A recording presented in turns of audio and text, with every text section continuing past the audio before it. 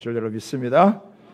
우리 흔들리지 않는 나라를 받았은즉이라고 하는 제목으로 우리 함께 하나님의 말씀을 여러분 나누도록 하겠습니다. 이제 정말 오늘이 12월 1일이니까 딱 이제 한 달 여러분 남았습니다. 교회력으로는요 오늘부터 대림절이라고 이렇게 합니다.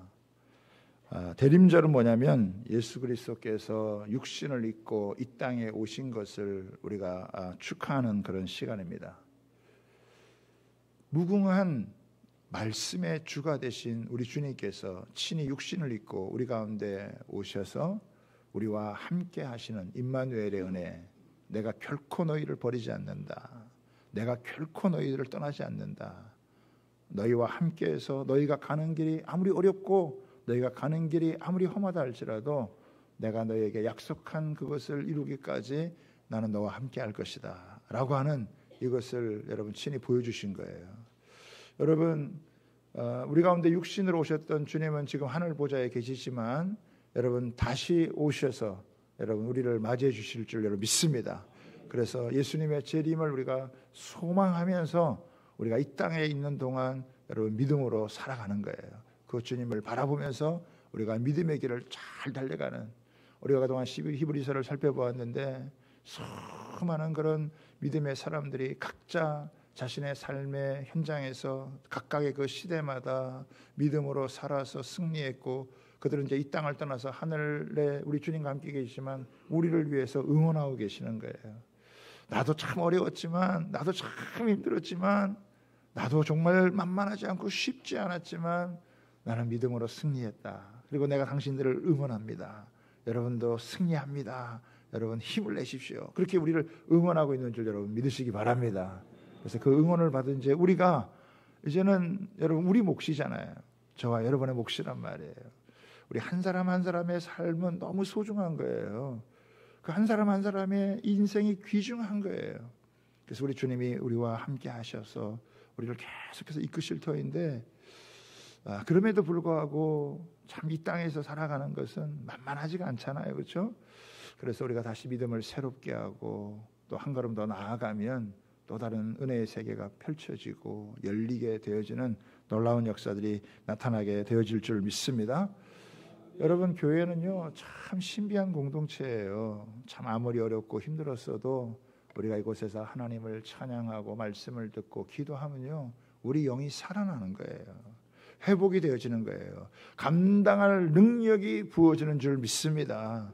세상도 이기고 마귀도 이기고 여러 가지 난관도 헤쳐나가고 위기도 극복해서 더 좋은 열매를 맺게 되어질 줄 믿습니다. 불같은 시험들이 여러분 많지만 하나님께서 상하지 않게 하시고요, 주님께서 우리를 붙드셔서 인도하시는 거예요. 그래서 우리가 그 주님을 잘 바라보고 여러분 나아가면 여러분 어려워도 좁은 길이지만 시온의 대로를 걷는 은혜가 있게 될 줄 여러분 믿습니다. 우리 그 은혜를 가지고 우리 함께 말씀을 여러분 나눠보기를 원하는데요. 우리가 이제 쭉 히브리서를 이제 살펴왔는데 히브리서의 배경이 그렇죠. 예수님을 믿는 건 너무 좋았는데 예수님 믿다가 어려움을 겪은 거예요.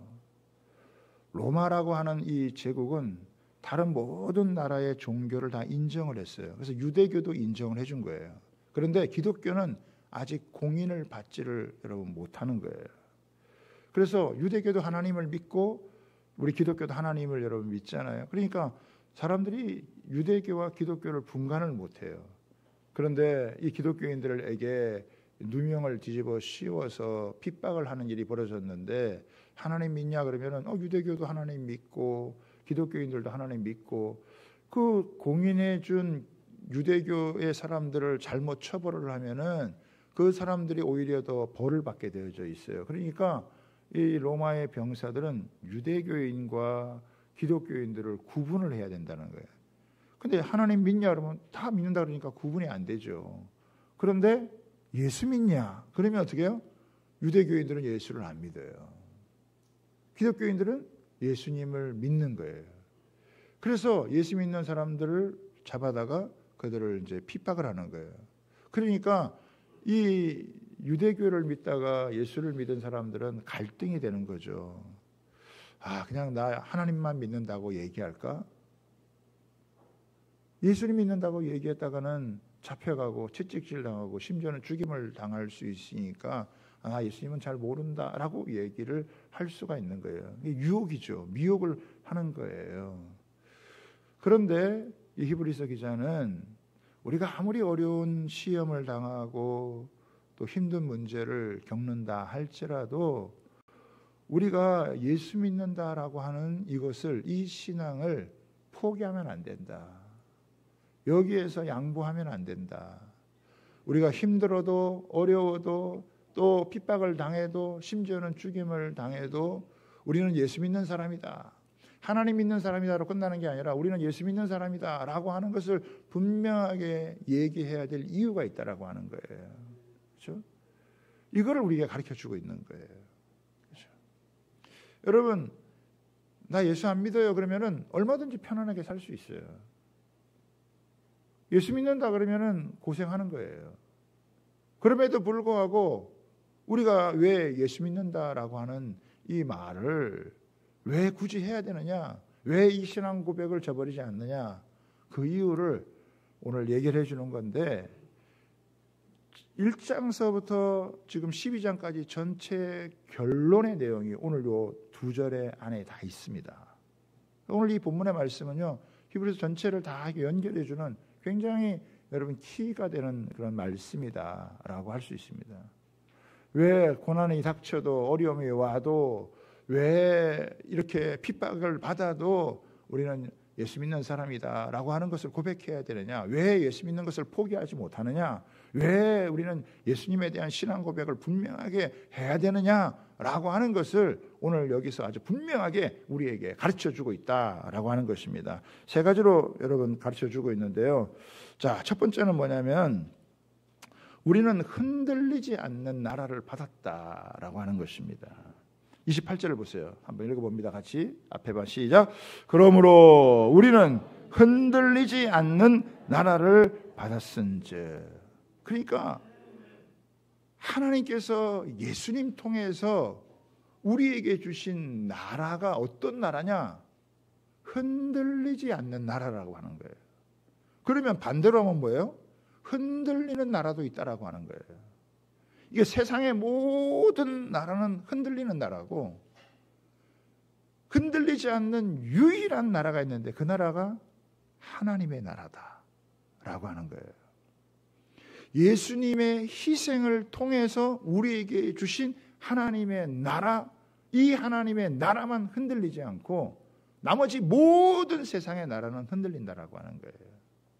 여러분, 이스라엘 백성들이 하나님께서 아브라함에게 약속하신 가나안 땅을 여호수아로 선두로 해가지고 가나안 땅을 차지했잖아요. 여러분, 땅 한 평 없던 사람들이 땅을 얻게 되어졌을 때 얼마나 기뻤을까요? 얼마나 여러분 좋았을까요?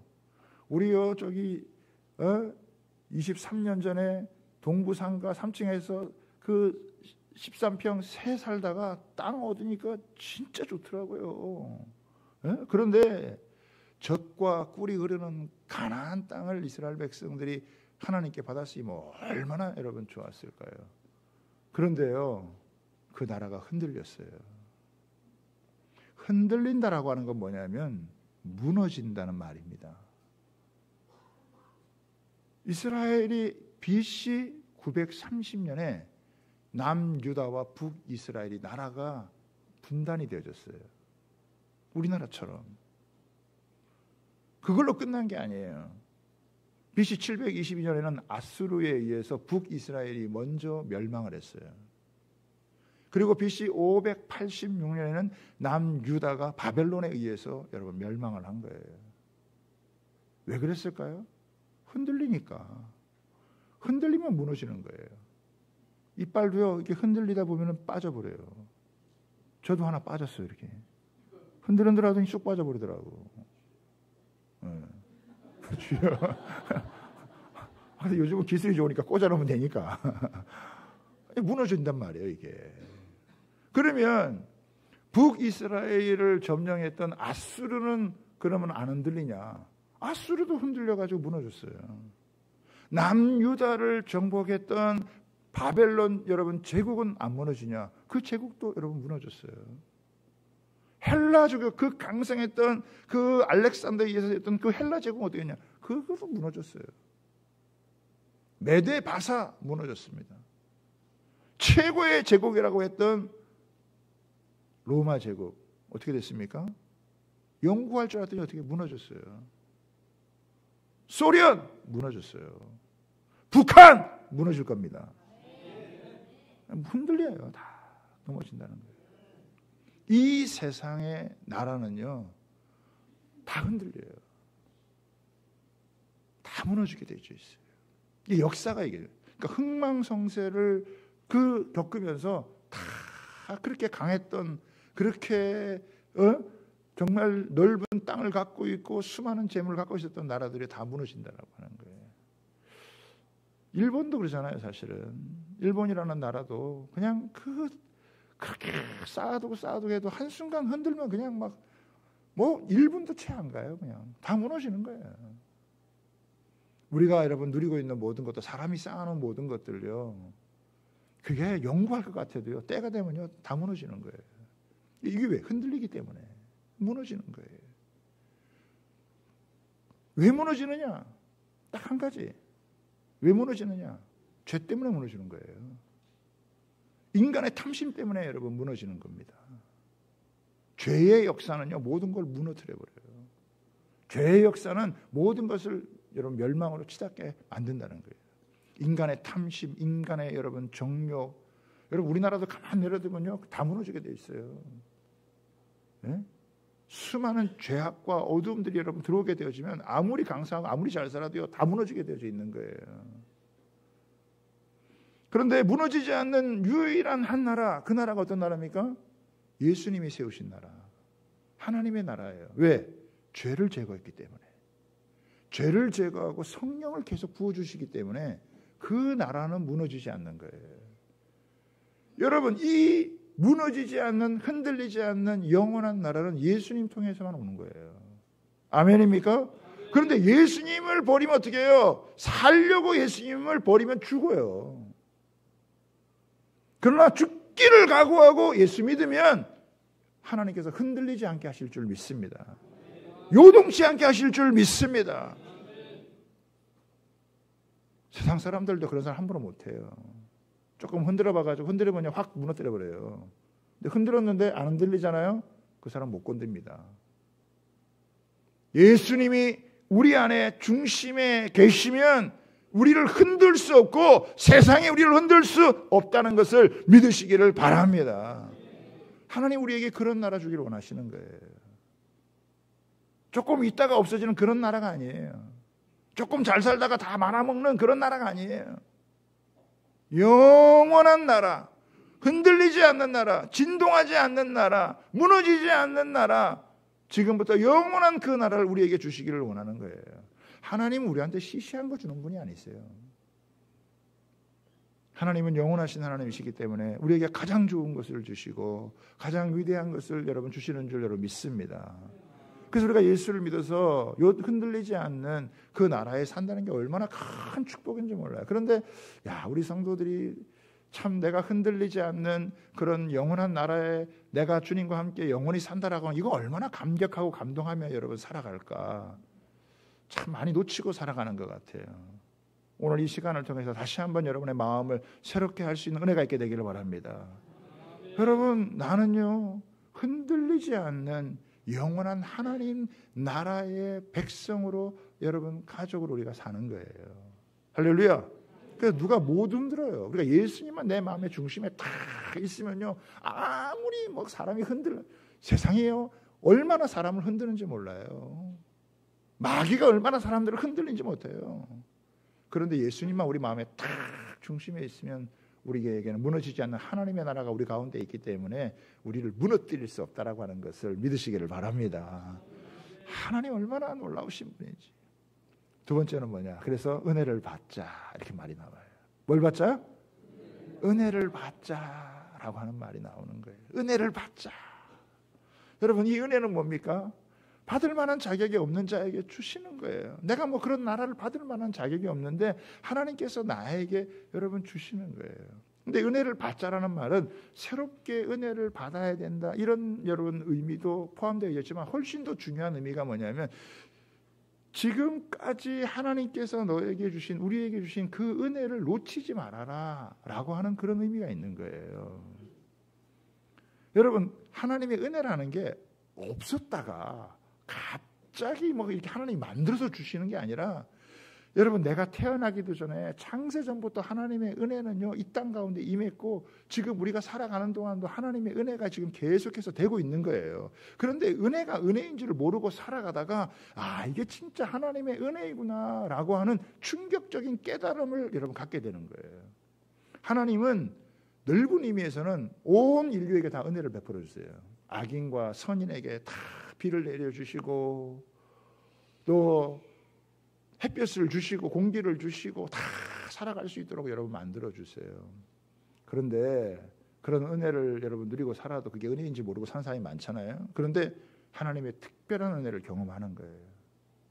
그 하나님께서 나를 생각하시고 나를 택하시고 나를 구원하기 위해서 자기의 아들을 십자가에 못 박고 희생을 해서 나를 구원해서 나를 하나님의 자녀로 삼으신다. 죄악이 철철 넘쳐나는 악독한 죄인인데 그 죄를 다 씻으시고 나를 하나님의 자녀가 되는 권세를 주셨다. 할렐루야. 우리를 종이라고 하지도 않고 뭐예요? 우리를 친구라고 주님이 여겨주시고, 그것으로도 끝나지 않아요. 성경에 보면은 우리 같은 이런 참 죄인이고 연약한 자를, 우리를 하나님께서 죄를 씻기고 벗겨낸 다음에 우리를 누구로 만드시냐? 예수님의 신부로 만드신다는 거예요. 우리가 어떤 사람이냐? 예수님의 신부된 사람이라 이거예요. 할렐루야. 이게 보통 여러분 이게 은혜냐 이거예요. 하나님은 너무 크고 위대하고 높고 거룩하신 분이란 말이에요. 우리는 어때요? 우리는 죄 가운데 살고 어둠 가운데 있고, 이게 뭐 완전히 하나님하고는 갭이 너무 커요. 갭이 커도 이게 보통 큰 갭이 아니란 말이에요. 그런데 어떻게 해요? 하나님은 자기를 무한히 낮추시는 거예요. 우리를 어떻게 해요? 우리를 진짜 저 땅속 지하에서 죄의 구덩이 속에서 우리를 건져내가지고 우리를 다 올리셔가지고 어떻게 해요? 하나님과 우리를 동등하게 만들어 주셔서 너는 내 자녀다. 너는 나의 신부다. 우리가 봐도 우리가 그럴 만한 사람이 아닌데 우리를 그런 하나님의 여러분 사람으로 우리를 이거를요 가만히 생각하고 여러분 그냥 예수 믿는다, 구원 받았다, 이렇게 생각하니까 그렇죠.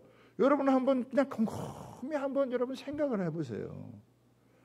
이 성탄의 계절을 맞이해서 하늘의 영광을 버리시고 그 핏덩이 같은 모습으로 예수님이 그 베들레헴 가난한 그곳에 여러분 오셔서 말구 위에 여러분 태어나시고 고난에 점철된 인생을 사시다가 그 십자가에서 비참하게 돌아가시고, 제자들은 다 떠나가도 주님은 다시 부활해서 그 제자들을 다 모으시고 그들에게 성령을 부어주시고 그들을 통해 하나님의 놀라운 역사를 여러분 펼쳐가 주시고, 그 은혜가 우리에게까지 와서 우리는 여러분 그런 것도 모르고 그냥 돈만 좀 벌면 먹고 살면 되는 줄 알고 살았더니 그게 아니잖아요.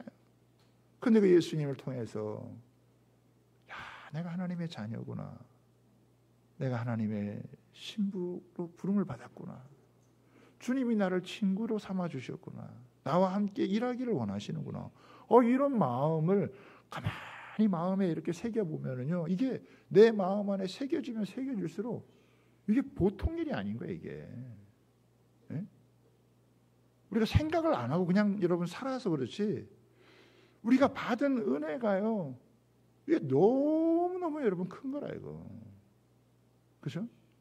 여러분 예수를 믿는다라고 하는 것은 여러분 우리는 최고의 축복을 받았다라고 하는 의미를 갖고 있는 거예요. 아멘입니까? 여러분 우리가 예수님을 우리가 만나고 예수님 인격적으로 믿고 있으면 우리는 최고의 복을 최고의 행복자예요. 이스라엘 백성들에게 너는 행복자라고 얘기하잖아요. 너는 하나님의 복을 받은 사람이다라고 얘기를 하잖아요. 그렇죠? 근데 이게 얼굴이 보니까 행복자가 아니라 축복을 받은 사람이 아니라 이게 몇 사람은 이게 그런 얼굴인데 아닌 분들은 아직도 이게 근심의 기미와 염려의 주근깨가 팍 박혀 있는 것 같아요. 여러분 우리 한번 축복해 줍시다. 당신은 하나님의 복을 무지하게 받은 사람입니다. 라고 한번 얘기하면 축복해 주세요. 그렇죠.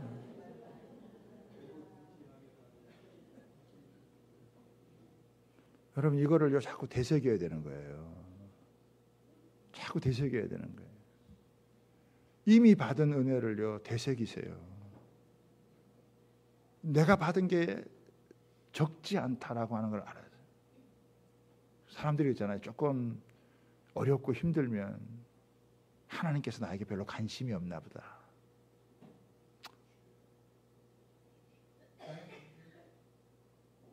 죄송하지만 어떤 분들은 제가 연락도 안 하고 막 그러면 우리 목사님은 나한테 관심도 없나 보다.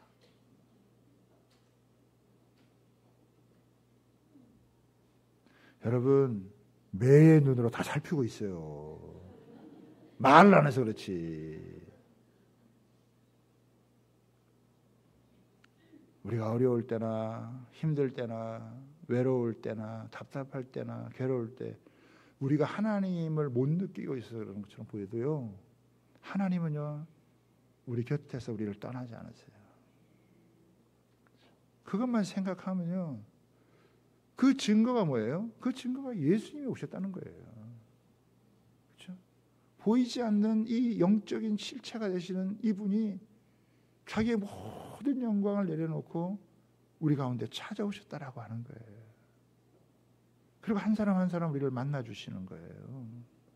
그걸 개인적으로 경험하면 이게 충격적인 깨달음이죠. 이게 그냥 하나님 믿지 예수님 믿지 교회 다니 이렇게 하다가 이게 어느 날 나에게 실제로 딱 다가오면 이게 막 우리의 이 인생 전체를 바꾸는 하나님의 은혜는 너무 크고 여러분 놀라워서 그 은혜를 사모하고 그 은혜를 바라는 사람에게 한 번도 예외적인 게 여러분 없어요.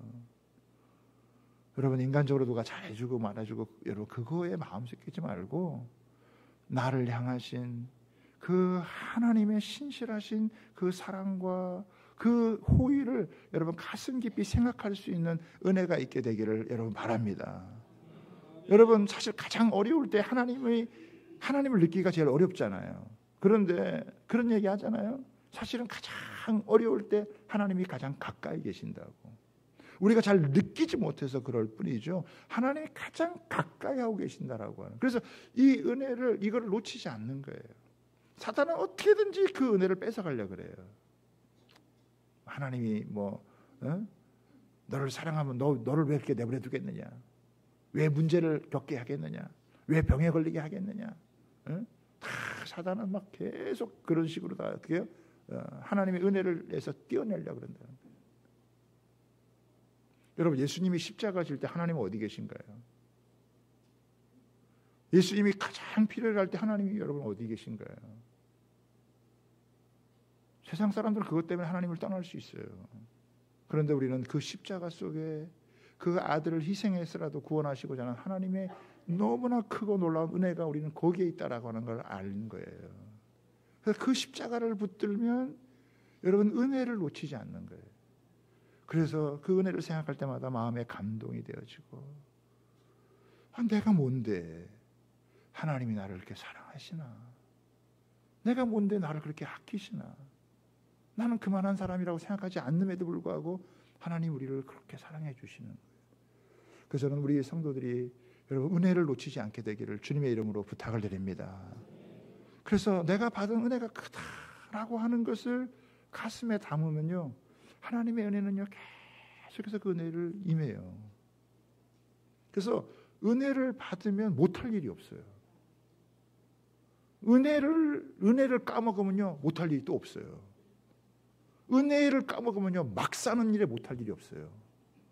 근데 은혜를 받으면 주님을 위해서 못할 일도 없어요.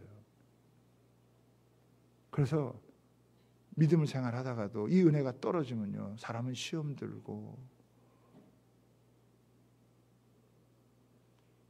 믿음의 길을 제대로 가지 못하지만 그러나 은혜를 받자, 은혜를 기억하자, 은혜를 놓치지 말자. 그 내가 받은 은혜가 크다라고 하는 걸 알고 그 은혜를 되새기면요, 그 은혜 위에 은혜가 임한다고 하는 사실을 믿으시기를 바랍니다. 그래서 영적인 자기관리가 제일 중요한 거예요. 하나님, 내 심령 가운데 이 은혜가 떠나지 않게 하여 주옵소서. 이런 마음 가지고 다 살아가는 거예요. 그리고 이제 마지막 세 번째예요. 뭐라고 되어 있습니까? 경건과 두려움으로 하나님을 기쁘시게 섬기는 거예요. 여러분, 경건이라고 하는 건 뭐냐면 하나님을 하나님으로 아는 거예요. 두려움이라는 게 뭐냐면 하나님을 하나님처럼 대하면서 겸손해지는 거예요. 경외하는 거예요. 그러니까 경건과 두려움은 뭐냐면 하나님이 진짜 위대하시고 하나님이 진짜 대단하신 분이다라고 하는 것과 하나님이 무한한 우리에게 무궁한 은혜를 베푸시지만 그러나 하나님은 한편으로는 무서운 분이다라고 하는 것을 같이 생각을 하는 거예요. 우리가 지난 주간에 비상특세를 하면서 히브리서 11장에 우리 몇 구절을 가지고 말씀을 살폈는데 그중에 이 11장 7절이 저는 참 마음에 굉장히 깊이 와 닿은 말씀 중에 하나예요. 히브리서 11장 7절을 한번 여러분 볼까요? 히브리서 11장 7절 말씀 같이 한번 읽어봅니다. 시작. 믿음으로 노아는 아직 보이지 않는 일에 경고하심을 받아 경외함으로 방주를 준비하여 그 집을 구원하였으니 이로 말미암아 세상을 정죄하고 믿음을 따르는 자의 의의 상속자가 되었느니라. 여기 보면은 믿음으로 노아는 아직 보이지 않는 일에 경고를 받았다 그랬어요. 보이지 않는 일은 미래의 일이에요. 근데 이 미래의 일에 대해서 경고를 받았다라고 하는 것은 미래가 낙관적이지 않고 미래가 여러분 비관적이라고 하는 거예요. 경고를 받는다라고 하는 거는요, 무서운 일이에요. 근데 경고는 심판은 아니에요. 경고를 받았을 때 잘 대처하면 이게 축복이 돼요. 근데 경고를 무시하면은 어떻게 됩니까? 무서운 심판으로 되는 거예요.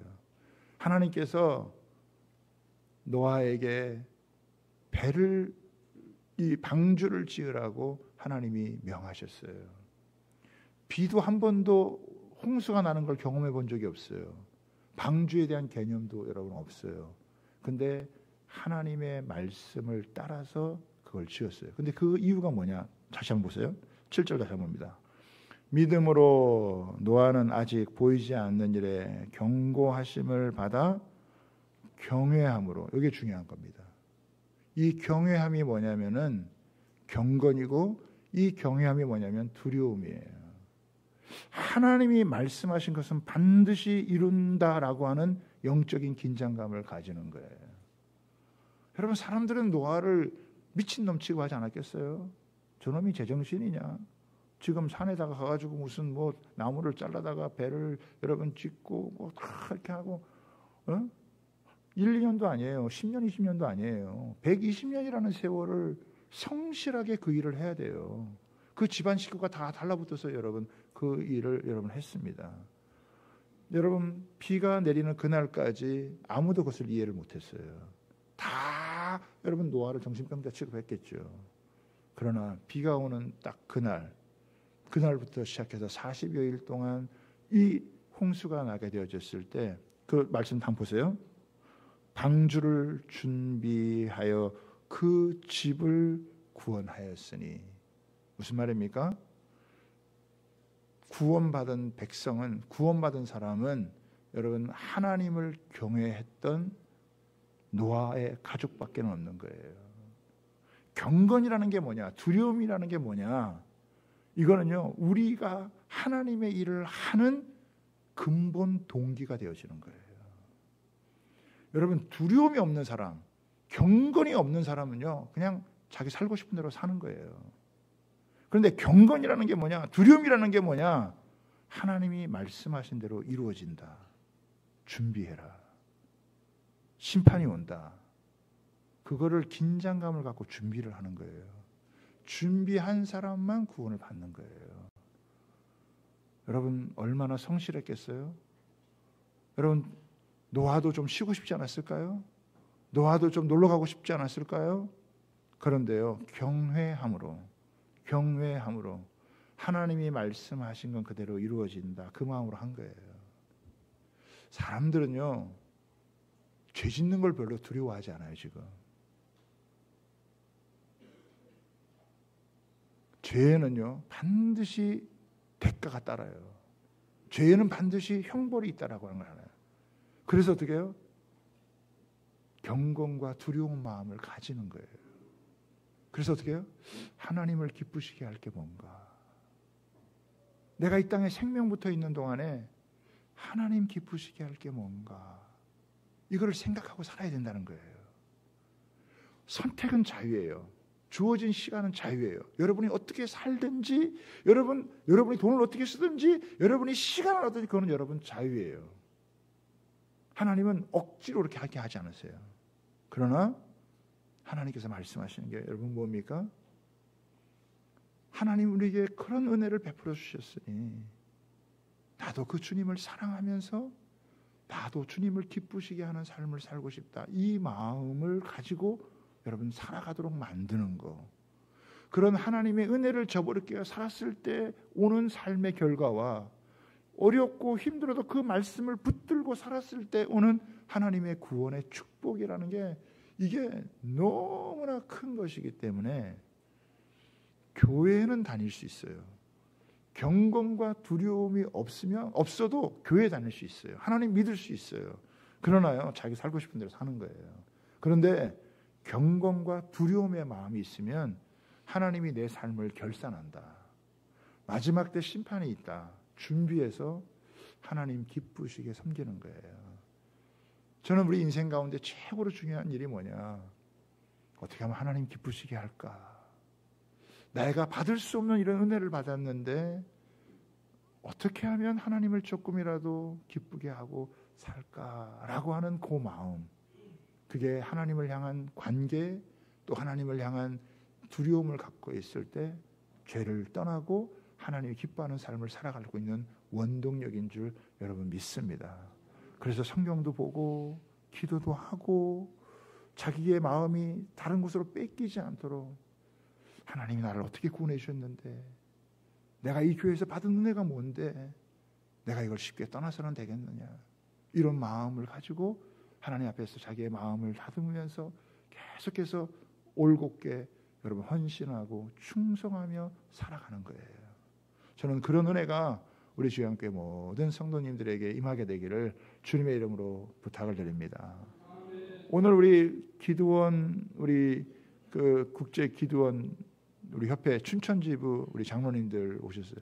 저는 참 춘천에 살면서 감사한 것 중에 하나가 뭐냐면 우리 장로님들이 참 열심히 지역사회를 위해서, 선교를 위해서 일하신다는 거예요.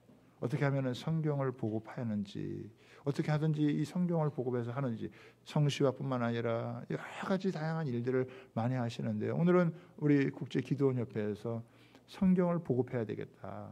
이 국내 1년에 100만 권, 해외에 100만 권, 통일되면 필요하니까 500만 권 준비해가지고 우리가 살자, 이런 마음을 가지고 다들 제가 70이 넘으셨어요. 다들 거의 80순 다가오신데도 그래도 내가 할 수 있는 일이 있으니 하겠다라고 하는, 왜? 하나님을 기쁘시게 하고자 하는 마음이 있기 때문에 그런 것인 줄 여러분 믿습니다.